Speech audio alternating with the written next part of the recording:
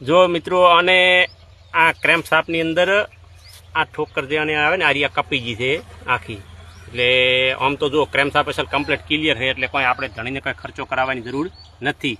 કારણ કે અમુક કારીગરો તો શું કરતા હોય, ખુશી ગાલવાનું હોય, એને શું હોય કે એના બાનું કોઈ જાતું નથી હોતું. આ તમને કહી ગયું છે કે આ ખર્ચો ખોટો કોઈ ખેડૂતને ખર્ચો ના કરાવો.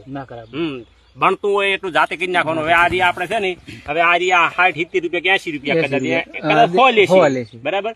પણ આ રી આ વસ્તુ આપણે નવી નાખશે એટલે કમ્પ્લીટ ક્લિયર થયા છે. ક્રેમ્પ શાફ્ટની અંદર જો બીજો કોઈ ફોલ્ટ નથી, આ કમ્પ્લીટ ક્લિયર છે. અને આ મશીન આખું ખોલેલ છે, ધમાડા કરતું હતું.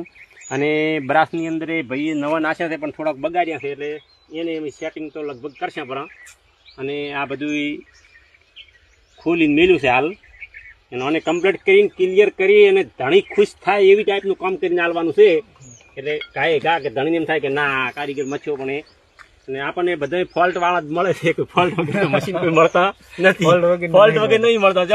છેલ્લા એન્ડમાં આપણને માણસો બોલાવે કે તમે હવે આવો, હવે રમેશજી તમારું કામ છે, હવે બીજાનું કામ નથી. સારું, હાડો વાંધો નહીં, રમેશજી બોલાવે.